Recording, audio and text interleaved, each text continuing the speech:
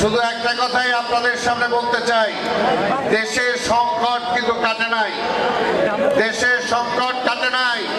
ওই ফ্যাসিস্ট সীমান্তের ওই পারে বৈশা আছে, বলে আমি নাকি যে কোনো সময় আসবো। সেই কারণেই ভুয়া তো বানাইছে, যাবে ঠিকই আছে, ভুয়া আমার ভুয়া স্লোগান সারা বাংলাদেশে কার্যকর হয়েছে। এখন এখানে আরেকটা দলকেও ভুয়া বানাইতে হবে, যারা বিএনপির সাথে বিরোধিতা করে আজকে বিএনপির ক্ষতি করতে চায়।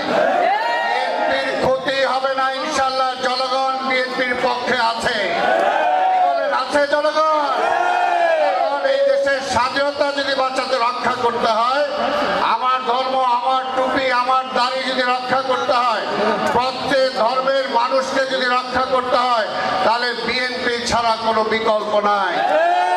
দেখেছেন তারেক রহমান কোন অন্যায়ের কাছে আপোষ করে নাই। আপনারা শুনেছেন কৃষিবিদ তুহিন একজন যোগ্য নাগরিক, একজন সৎ নাগরিক, একজন সৎ মানুষ, তার বিরুদ্ধে কিন্তু কোনো কোথাও জায়গায় কোনো দুর্নাম পাবেন না। আজকের এই এলাকাবাসীকে বলতে চাবো যে আজকের এই নির্বাচন, সামনে নির্বাচন অনেক গুরুত্বপূর্ণ নির্বাচন। যারা আজকে আমাদের বিরোধিতা করে তারা কয়টা সিট পাবে, কোথায় পাবে, কিন্তু ওই কয়েকটা সিট দিয়ে তারা বিএনপির ক্ষতি হোক এই জন্য যদি তারা চেষ্টা করে থাকে, তাদেরকে বলবো সেই পথ থেকে ফিরে আসার জন্য। আপনাদেরকে কিন্তু আমরা অনেক উপকার করেছি, অনেক উপকার করেছি। বেগম খালেদা জিয়া আপনাদেরকে সাথে নিয়ে অনেক দুর্নাম হয়েছে, কিন্তু তারপরও আপনাদেরকে ছেড়ে যায় নাই। তাহলে আপনারা কেন আজকে বেগম খালেদা জিয়াকে ছেড়ে যাচ্ছেন? আজকে তার দল, তার নেতা আজকে তারেক রহমানকে আজকে ছেড়ে যাচ্ছেন। এই দেশের স্বাধীনতাকে রক্ষা করতে হলে আজকে বিএনপির কোনো বিকল্প নাই। শহীদ জিয়ার দল বিএনপি, শহীদ জিয়ার দল বেগম খালেদা জিয়ার দল। স্বজন সিপিবিসি পাইপ, বাংলাদেশের 1 নম্বর NSF certified CPVC brand. Tarek রহমানের দল বিএনপি। আজকে ওই ভারতকে যদি ঠেকাতে হয় অন্য কোন দল দিয়ে হবে না। আজকে দেখেন সীমান্তে কয়দিন পর পর পুশিং করে, ওই পুশিং কি ভারতের কোন এজেন্সির লোকজন করে কিনা আমরা তো জানি না। তাই ভারতকে এখন পর্যন্ত এই সরকার একটা কঠিন ধমক দিতে পারে নাই। কঠিন ধমক দিতে হলে বিএনপিকেই দরকার।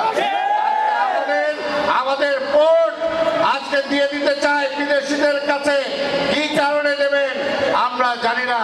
আজকে ভারত তার লোকরা এখানে চাকরি করত, আজকে তার লোক যদি চাকরি করে 5 লক্ষ টাকা একই পদে বেতন পায়, বাংলাদেশিরা পাইতো মাত্র 1 লক্ষ টাকা। এইভাবে আবার এই বাংলাদেশটাকে ভারতের আধিপত্যে ফিরিয়ে দিতে চাই আমরা চাই না। যদি না চাই তাহলে আজকে বিএনপি ছাড়া কোনো বিকল্প নাই। এখানে আমরা ডেকেছিলাম, আমাদের কর্মী সভা ছিল, কর্মী সভা আজকে জনসভা মহাসভায় রূপান্তরিত হয়েছিল। আজকে শত বৃষ্টি বাদল কিও আপনাদেরকে ফিরাই দিতে পারছে?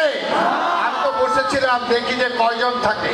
এখনো যারা আছেন অনেক দল মিলায়, সারা জেলা মিলায়ও এত কর্মী করতে পারবে না, করতে পারবে না। এই কর্মীরা পরীক্ষিত, গত 17টা বছরে বাড়িতে ঘুমাতে পারে নাই, ব্যবসা বাণিজ্য শেষ হয়েছে, অনেকে চাকরি চলে গেছে, কিন্তু তারপর জেলে গিয়েছে, মারা গিয়েছে, কিন্তু তারপরও কিন্তু বিএনপি ছেড়ে কেউ যায় নাই।